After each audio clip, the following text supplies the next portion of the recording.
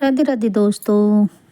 आज मैं आप सभी के लिए श्री कृष्ण के मोहिनी रूप की कथा लेकर आई हूँ, जो आप सभी को बहुत ही पसंद आएगी। तो चलिए दोस्तों, कथा को सुनते हैं। श्री कृष्ण ने जब मोहिनी रूप धारण किया तो उनके सौंदर्य पर 33 करोड़ देवता मोहित हो गए। सभी देवताओं के मन में यही कामना हुई कि ऐसी सुंदरी उनकी पत्नी बन जाए। परंतु एक देवता ऐसे थे जिनके मन में मोहिनी के प्रति इस तरह का भाव नहीं आया। वे थे सूर्यदेव। सूर्यदेव ने मोहिनी को देखकर मन ही मन कहा, यदि ये मेरी पुत्री बन जाए तो मेरा जीवन धन्य हो जाए।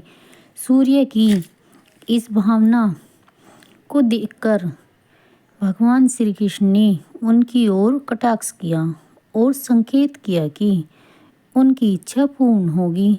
समय बीतने के बाद सूर्यदेव ब्रजभूमि में ब्रजभानु महाराज के रूप में अवतरित हुए। ब्रजभानु ने तपस्या की और ब्रह्मा जी से प्रार्थना की कि उन्हें ठाकुर जी की पुत्री के रूप में प्राप्ति हो। ब्रह्मा जी ने उनकी प्रार्थना को श्री हरि तक पहुंचाया। ठाकुर जी ने विचार किया कि वे नंद यशोदा और देवकी वासुदेव के यहाँ पुत्र के रूप में जन्म लेने वाले हैं, लेकिन प्रेम की स्थापना के लिए उन्हें एक अवतार लेना पड़ेगा।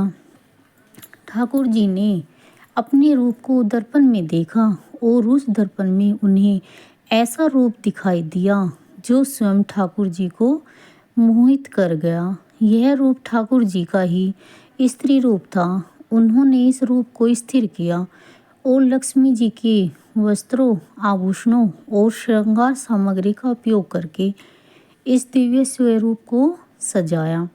जब यह स्वरूप पूर्ण हुआ तो ऐसा प्रतीत हुआ मानो सूर्य और चंद्र एक साथ मेल हो गया हो।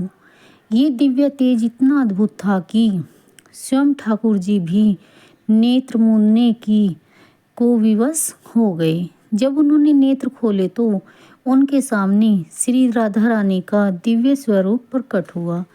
श्री राधा के प्राकट्य का समय सुबह 4 बजे था, जो ब्रह्म मुहूर्त का समय है। भगवान के अन्य अवतारों का प्राकट्य दोपहर 12 बजे या रात्रि 12 बजे होता है, परंतु राधा रानी का जन्म ब्रह्म मुहूर्त में हुआ, जो नए दिन की शुरुआत का प्रतीक है।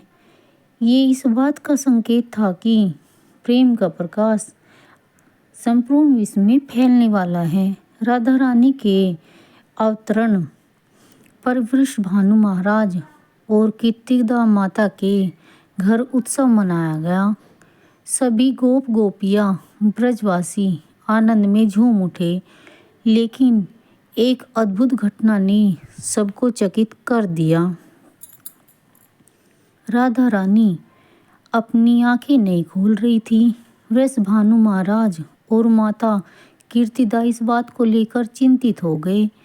कई साधु संत और विद्वान उनके दर्शन करने आए, लेकिन किसी के भी प्रयास से राधा रानी ने अपनी आंखें नहीं खोली।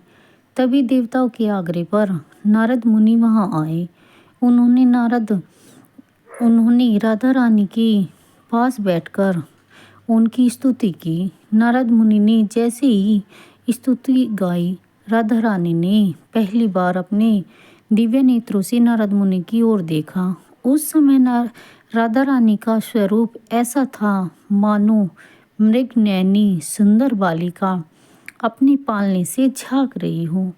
ये दृश्य देखकर नारद जी आनंद से झूम उठे।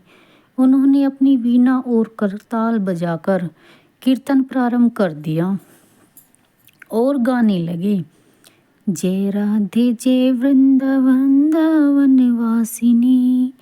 वृषभानु महाराज ने अद्भुत दृश्य देखकर वाह विभोर हो गए। उन्होंने राधा रानी को प्रणाम किया और स्वयं को धन्य माना। उन्होंने अनुभव किया कि उनकी पुत्री कोई साधारण बालिका नहीं है, बल्कि साक्षात देवी है। इस प्रकार श्री राधा का अवतरण प्रेम की स्थापना के लिए हुआ।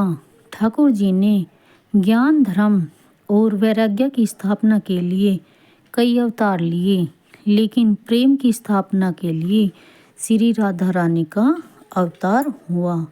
बोलो जय राधा रानी की, बोलो जय श्री कृष्णा। तो दोस्तों बताइए आप सभी को यह कथा कैसी लगी। अगर अच्छी लगी हो तो प्लीज़ लाइक कीजिए, कमेंट कीजिए और मेरे चैनल को सब्सक्राइब भी कीजिए।